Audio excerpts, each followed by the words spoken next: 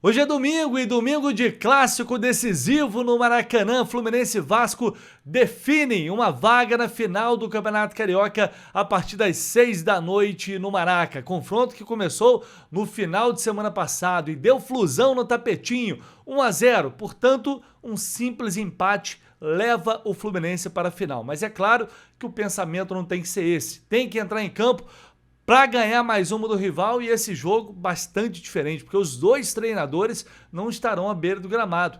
Zubeldia suspenso, Diniz demitido, muitas mudanças e todas as informações prováveis que elas são, análise e informações dos dois times para esse clássico de semifinal. Você vai acompanhar detalhe por detalhe a partir de agora aqui no nosso pré-jogo. Bora!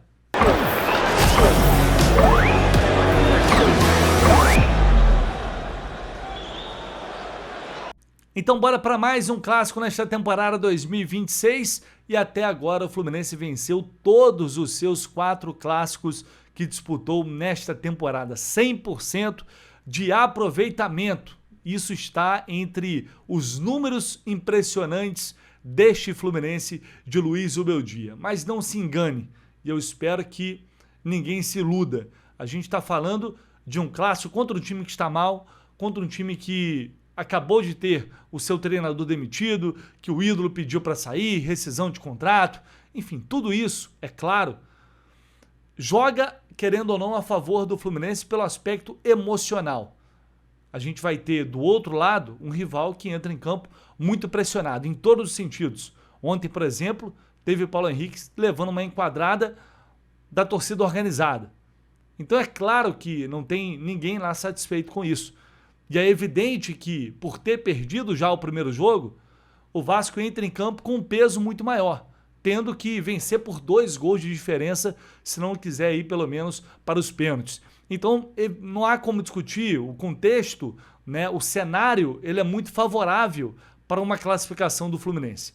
Mas é necessário respeitar sempre o futebol, respeitar o jogo e jogar com seriedade. O Fluminense não pode abrir mão disso. A gente brinca, a gente zoa, a gente provoca o rival, o torcedor pode fazer isso. Mas os jogadores, os profissionais que vão entrar em campo, têm que respeitar primeiro a camisa do Fluminense. E depois, respeitar o jogo, o adversário, respeitar o confronto. O Fluminense é melhor, mas vai ter que provar isso dentro de campo. Não adianta falar fora dele. E não adianta entrar de salto alto achando que já está resolvido, porque não está. A vitória foi muito importante no primeiro jogo, enorme.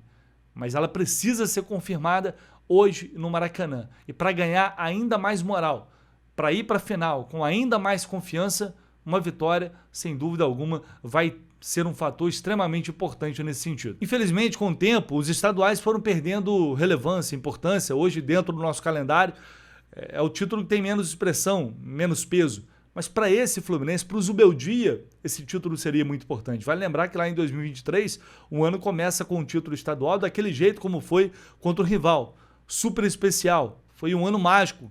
Do início, ele começou mágico e terminou mágico. Então é um processo. E eu acho que qualquer taça, por mais que ela não seja a mais sonhada, a mais esperada, a que desperta mais ambição de todos, ela valida, ela ajuda a validar um trabalho. Ela ajuda a mostrar que o time está no caminho certo. Porque para você ganhar um Campeonato Carioca, você tem que ganhar vários clássicos, você tem que normalmente bater um rival numa final. E nesse caso, a gente está falando de um rival que tem um investimento muito, mas muito maior que o Fluminense. Então, sim, tem um peso. Só é ruim para quem não ganha. Para quem não ganha, realmente é muito ruim.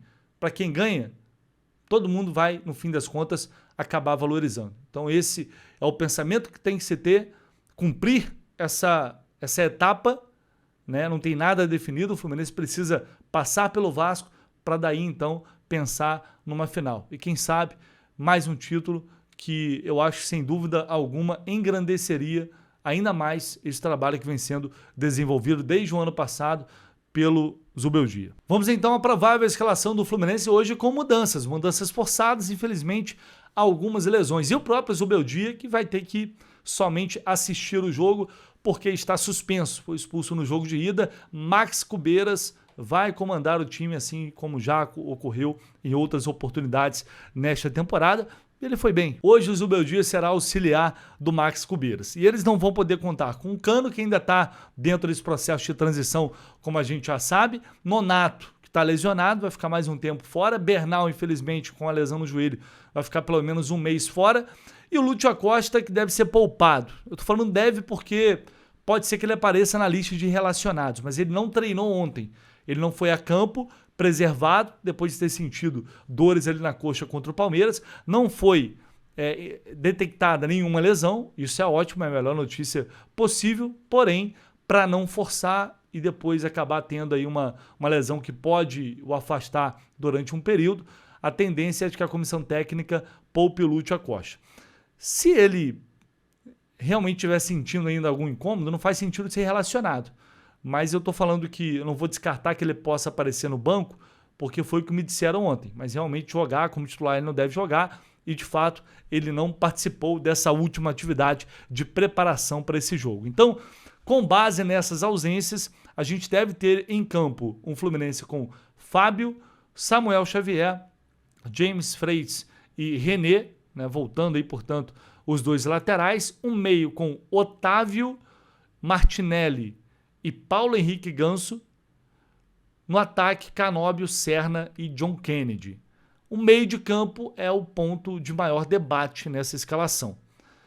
Muita gente talvez não vá gostar do Otávio começar o jogo, mas vamos lá, o Otávio começou bem contra o Palmeiras. Avaliação do jogo, tá, gente? Não há como negar, ele entrou bem contra o Palmeiras. Se ele vai jogar bem hoje de novo, aí é outra história. Mas ele foi bem contra o Palmeiras. E o Hércules, a gente viu que infelizmente ele está sem condições, totalmente sem ritmo ainda. Está recuperando o melhor ritmo. Contra o Palmeiras ficou muito escancarado. Então talvez ele leve mais 2, 3 jogos até realmente chegar próximo do rendimento físico e técnico que ele pode ter. Porque fisicamente ainda estando mal, é claro que isso afeta também a parte técnica. Então acredito que o Hércules vai começar no banco de reservas. E por isso, eu já... Mais uma vez, já falei em várias oportunidades, em 2024 eu passei tempos falando isso, tem que ter mais um jogador para essa função. Se não contratar ninguém, nesse período de janela até março agora, mesmo que venha de outro clube, de outro jogador que tenha disputado o campeonato estadual, não sei, vai ter problemas. O Zubeldia vai ter problemas para fechar o setor, porque infelizmente é um setor que sofre muitas baixas por suspensão e lesão.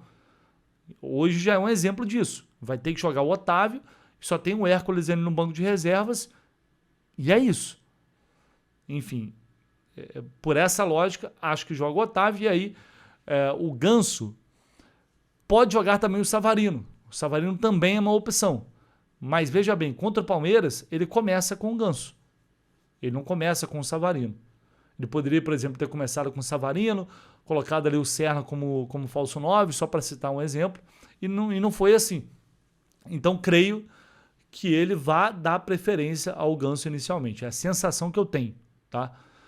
Mas os dois brigam por essa posição. Então, basicamente, são essas as dúvidas, as possibilidades. A gente vai ter a confirmação, talvez tenha essa confirmação de fato, isso é uma projeção que a gente está fazendo, mas talvez tenha essa confirmação antes mesmo do jogo, né? Assim como foi contra o Palmeiras, adiantei a escalação ali, talvez, né, ao longo do dia a gente consiga apurar e trazer aqui para vocês. Até ontem à noite não consigo confirmar. Mas vamos lá, dentro dessa ideia, a gente sabe que tem todo um cenário psicológico contrário ao Vasco, né, que tem que entrar em campo já tendo que vencer por pelo menos um gol para levar para os pênaltis. Para sair dos pênaltis tem que fazer 2. E o Fluminense é muito forte jogando no Maracanã. Então eles sabem que qualquer erro pode ser fatal. E se o Fluminense faz um gol, aí as coisas ficam muito, mas muito mais difíceis para eles.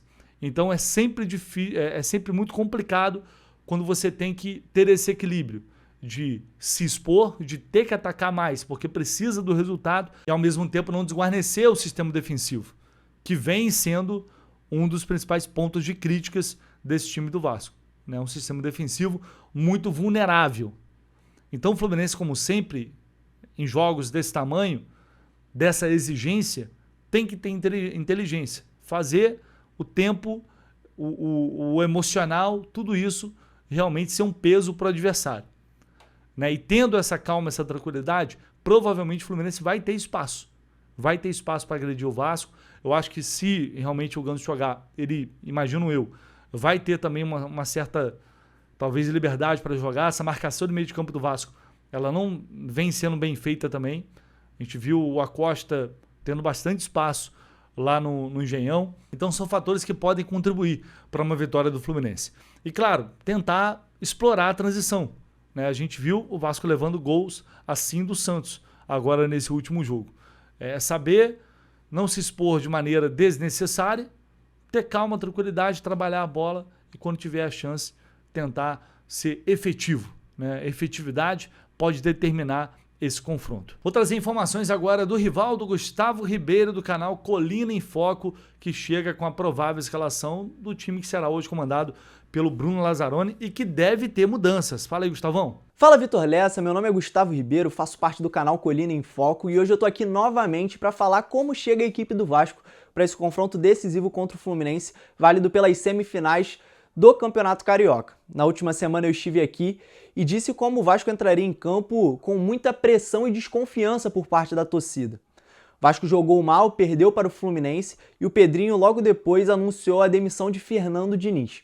O planejamento da direção era que para esse confronto decisivo contra o Fluminense já tivesse um novo comandante permanente, o que não aconteceu. Quem vai à beira do gramado mais uma vez é o Bruno Lazzaroni, que já comandou o Vasco no meio de semana contra o Santos. Mais uma atuação muito ruim, com falhas individuais, o que faz essa pressão aumentar ainda mais. Por parte da torcida, acredito que a preocupação com o Campeonato Carioca tenha ficado um pouco escanteada, principalmente pela situação no Campeonato Brasileiro. A tendência é que a gente veja em campo um time modificado, muito por conta da atuação ruim contra o Santos. A provável escalação é com Léo Jardim no gol, na lateral direita o PH atuando muito mal, deve perder a vaga para Puma Rodrigues, na zaga a gente vai ter o retorno de Carlos Cuesta junto de Robert Renan e na esquerda Lucas Piton. No meio-campo, Barros e Thiago Mendes, o Thiago Mendes que foi uma ausência importante no primeiro jogo contra o Fluminense, e o Johan Rojas como o camisa 10, entre aspas, fazendo essa função de meia armador. Nas pontas, de um lado, Marino Rinestrosa e a outra, Andrés Gomes, o principal jogador do Vasco. E na referência, onde temos uma dúvida, é Spinelli ou Brenner, no banco de reservas, como eu disse, Bruno Lazzaroni. Queria agradecer mais uma vez pelo convite. E é isso, pessoal. Sempre que precisar, estarei à disposição. Valeu, até a próxima. Bom, então a gente pode ter Rinestrosa, seria o primeiro jogo dele como titular do Vasco, jogador que chegou a negociar com o Fluminense, mas até agora não se firmou. Tem essa dúvida ali no ataque, talvez o Brenner voltando, porque o Spinelli também não vem jogando lá essas coisas. Thiago Mendes é um jogador importante, volta para o meio de campo, ele não jogou o jogo de ida. E aí o Paulo Henrique, quem diria, hein? Pode ser barrado pelo Puma, um jogador que, né, até há pouco tempo foi convocado para a seleção brasileira, tipo de coisa que a gente realmente é difícil de entender, né? Mas é um Vasco, portanto, que deve sofrer mudanças de peças depois da demissão do Diniz. Contra o Santos não mexeu muito no time, mas talvez o Lazzaroni vai tentar algo diferente hoje. Então, vamos ver. Ter atenção também, porque essa galera que vai entrar aí talvez vai querer mostrar serviço de alguma forma. Então é ter atenção, porque com o Rinestrosa e com o Andrés do outro lado, o Andrés Gomes, o Vasco vai ter um ataque com mais rapidez, um ataque mais veloz, né? E é bom a gente ficar atento em relação a isso. Samuel Xavier falou à Flu TV sobre o jogo deste domingo, sobre o clássico, a importância dessa classificação. Vamos ver o que ele disse. A preparação muito boa, né? Fizemos um excelente jogo, né? Claro que os dois são sempre importantes, né? Mas demos um passo bom, né, em busca dessa final. Agora temos mais esse segundo jogo no Maracanã, na nossa casa. Temos que dar o nosso máximo aí para que a gente possa fazer mais um grande jogo, né, e se Deus quiser a gente conseguir a classificação para a final. Nós temos que fazer sempre, né, o nosso papel dentro de casa, né? O torcedor tem comparecido, tem nos apoiado e a gente espera retribuir dando nosso 100%. A nossa equipe vem fazendo um grande trabalho, não somente dentro de casa, né, fora de casa, mas como está se tratando da gente ser o mandante, a gente tem que fazer o nosso papel, né, e esperamos, junto do nosso torcedor, né, fazer um grande jogo e conseguir a vitória. Muito bem, tá aí, portanto, o Samuel Xavier. E olha, já estava esquecendo aqui, mas, cara, o link tá aqui na descrição, no primeiro comentário aqui do vídeo. Você pode clicar e ir lá na KTO, porque esse link aqui é específico para esse jogo, gente. Preste muita atenção. Se você não tem sua conta na KTO ainda e puder dar essa moral, dessa força, crie lá sua conta, porque você vai ajudar muito aqui o canal do Lessa, né? E vai ajudar muito a cobertura que a gente faz no Jornada também. Cria lá, clica nesse link aqui, e aí você vai ser direcionado automaticamente para fazer uma entrada nesse jogo, uma aposta nesse jogo, Fluminense e Vasco, que caso você sofra um revés, como diria ali o Vilela, você vai ter até R$25 de aposta grátis para você usar novamente depois. O que você tem que fazer? Criar ali uma combinada que tenha no mínimo odd 3, acima de 3, na verdade, para a semifinal. 3 seleções, tem que fazer 3 seleções com odds acima de 3. E aí você faz lá, eu quero colocar R$20, quero colocar 10, 5, ou quero colocar 30. Bom, se você perder, você vai ter, seja lá qual o valor, você vai ter até R$25 de volta como aposta grátis. Só na KTO tem isso, tá? Mas tem que ser por esse link que tá aqui embaixo. Então corre lá, clica no link aí, sempre lembrando para maior de 18 anos, aposte com responsabilidade e nunca coloca dinheiro lá que vai te fazer falta depois, combinado? Vamos para a arbitragem, para a gente fechar aqui o nosso pré-jogo.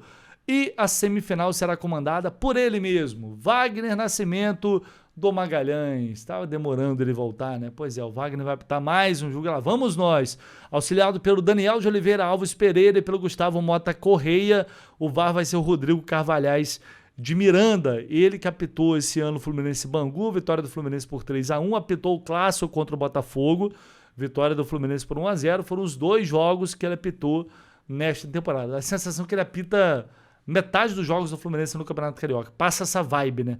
Mas enfim, é o árbitro dos mais experientes da FERJ. Isso não quer dizer necessariamente que é algo bom, mas nessa reta final de decisão, ele sempre está por ali. Tomara que ele possa ter competência para conduzir esse jogo. Imagino eu, não vai ser um jogo fácil. A gente já viu o que aconteceu com o Jodes no jogo de ida. É um árbitro jovem, com muita dificuldade para levar o jogo. O Wagner, pelo contrário, tem muita experiência, mas é um árbitro que, por vezes, se deixa levar pela pressão dos jogadores, é um cara que tecnicamente muito questionável, enfim, é um árbitro que eu particularmente não gosto, como não gosto de praticamente nenhum árbitro da FERJ, mas é isso aí, é o que temos e vamos que vamos. O jogo vai ter transmissão do Sport TV, da Globo, do Premier e é claro, você acompanha tudo no Jornada. Hoje 3 horas de pré-jogo, tá? Então a partir das 3 da tarde, já ao vivo do Maracanã, com todas as informações, agito do lado de fora, hotel do Fluminense, né, acompanhando a galera chegando no Maracanã, do lado de dentro também do Maraca, enfim, aquela cobertura que você só encontra no Jornada. E o áudio da transmissão, você assiste lá o jogo, mas deixa o áudio da transmissão com a gente, porque aí você vai ouvir realmente uma transmissão voltada para você, torcedor tricolor. Nos vemos mais tarde, se Deus quiser, para ganhar esse jogo e carimbar essa vaga para a final do Campeonato Carioca. Um abraço, tamo junto, valeu galera.